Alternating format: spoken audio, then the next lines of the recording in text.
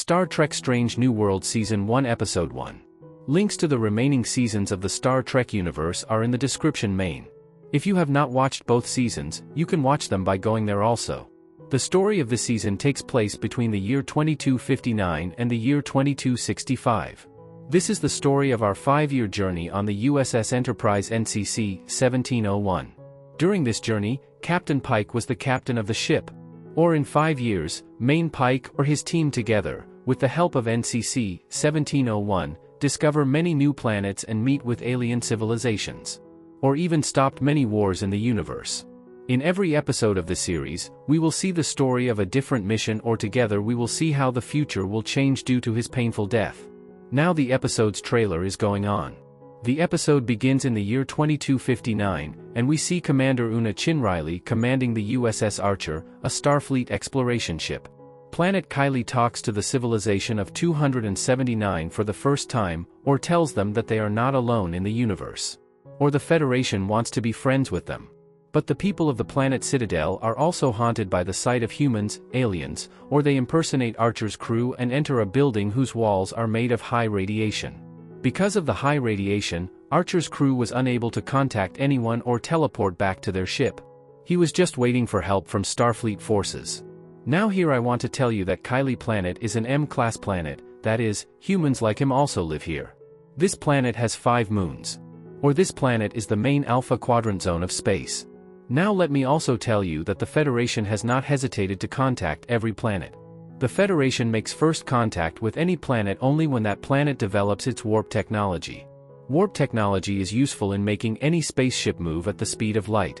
So, after the humans developed warp tech, the Vulcans made contact with them, and when Fortress 279 developed warp tech, signals of warp tech started coming to the Federation from Fortress 279. Or then after that humans tried to contact them. But these human efforts proved costly for Archer's crew.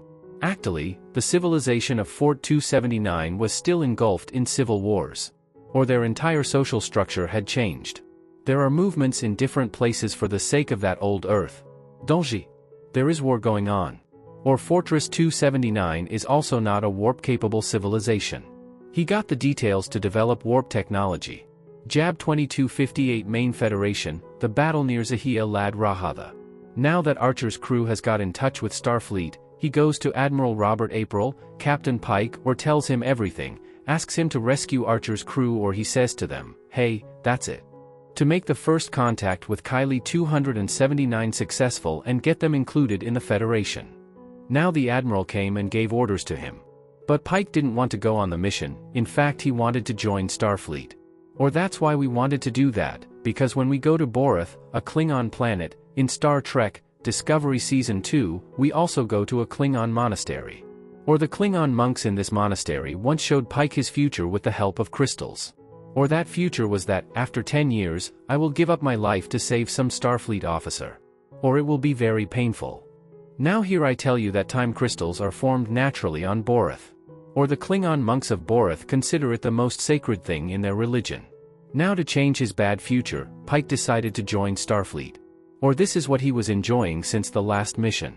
Or he was living peacefully in a snowy area with his girlfriend Captain Battelle. Captain Battelle is the commanding officer of USS Cayuga. Now Pike had almost destroyed Starfleet. But at the behest of her admiral she decides to go on a mission to rescue the Archer's crew. Actually, there was another reason for going on this mission, or it was that Archer's commander was his friend or his first officer. Now we see Pike arriving at his ship USS Enterprise NCC 1701. Here he meets his old crew. Every member of this crew has his own story or different struggle. Like Science Officer Spock is a half-human or half-Vulcan. Or because he is not a complete Vulcan. So he had to force himself to take the driver's seat.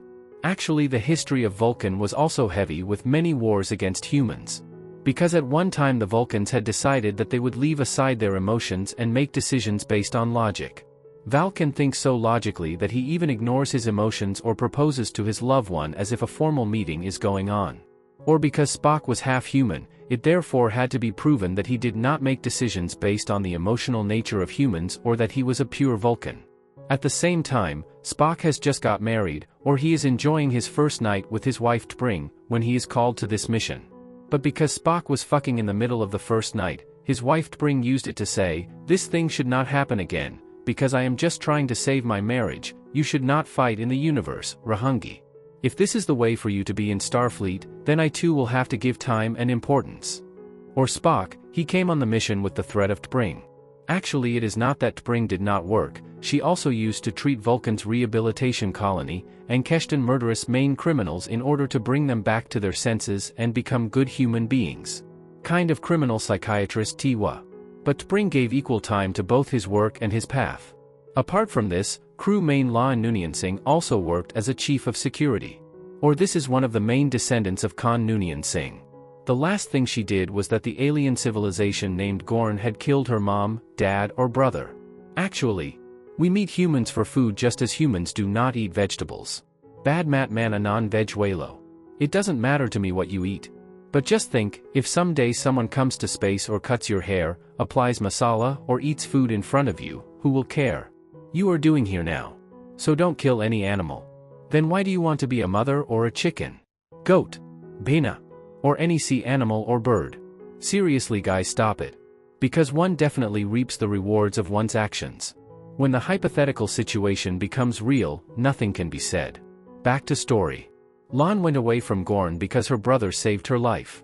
Divide by use time. Or you are the only one. Who had seen the Gorns, or was she still alive? Actually, when she first married, she lived with her family on the colony ship SS Puget Sound. Or another day. The Gorns attacked our colony ship and killed the population living there. Or he had thrown them into the nursery of Gorns for saplings. But then La'an's brother sacrificed his life and saved his sister.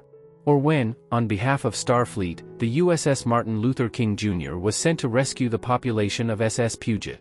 Was sent to the ship's crew. Then the vehicle met her. Or then she saved her life. Or even from that reason, now I wanted to save her.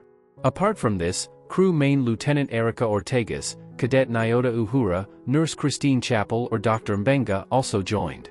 Dr. Mbenga had a daughter, who had a fatal disease called cygnocemia. There was no cure for this disease on Earth, or on the planets that came under the Federation. In fact, as far as Mbenga was concerned, there was no cure for the disease. He too is on a mission, that's why he came here. So that as they explore different worlds, maybe on one planet they will find a cure for their daughter's illness. Now we see that, coming to Pike's ship, the ship reaches Fort 279. Now when they reach there, they find out that the people of the fort have not made a ship with the help of warp tech, but they have made a warp bomb with the help of it. Or the government of the fort was going to use that bomb against its rebels.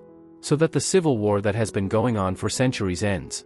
Now that they have come to know about this, it has become clear to the society that the people of the fort are making the same mistakes which the humans did. That is, doing politics in the name of false laws, doing agitation, or destroying the network. Now we see that Pike, La'an or Spock decide to go to fort and save their people. Or to do this work now. First of all, these three people have got temporary genetic modification done in their body with the help of Nurse Chappell. Due to modification, the logos of both these forts became visible. But the problem was that, because Spock is half human or half Vulcan, the effect of the genetic modification on his body did not last long. Now these three would report on the fort wearing the clothes of the fort's logo. Or then after that he cloned the dresses of the scientists of the same lab, in whose lab he kept them together. Or now because they have cloned the dress or ID and created it as per their own, that is why they can easily reach their people. Now we see that all these people have escaped from the vehicle, that is when Spock's solution eliminates the possibility of genetic modification. Or now Spock appeared in his true form in front of the vehicle's logo. Seeing Spock's true form, the building's security informs the rest of his companions about him as well. But even before the security had caught hold of these people had already made the security or scientists unconscious and went into the elevator. Or like this, it is from the contact ship of these people.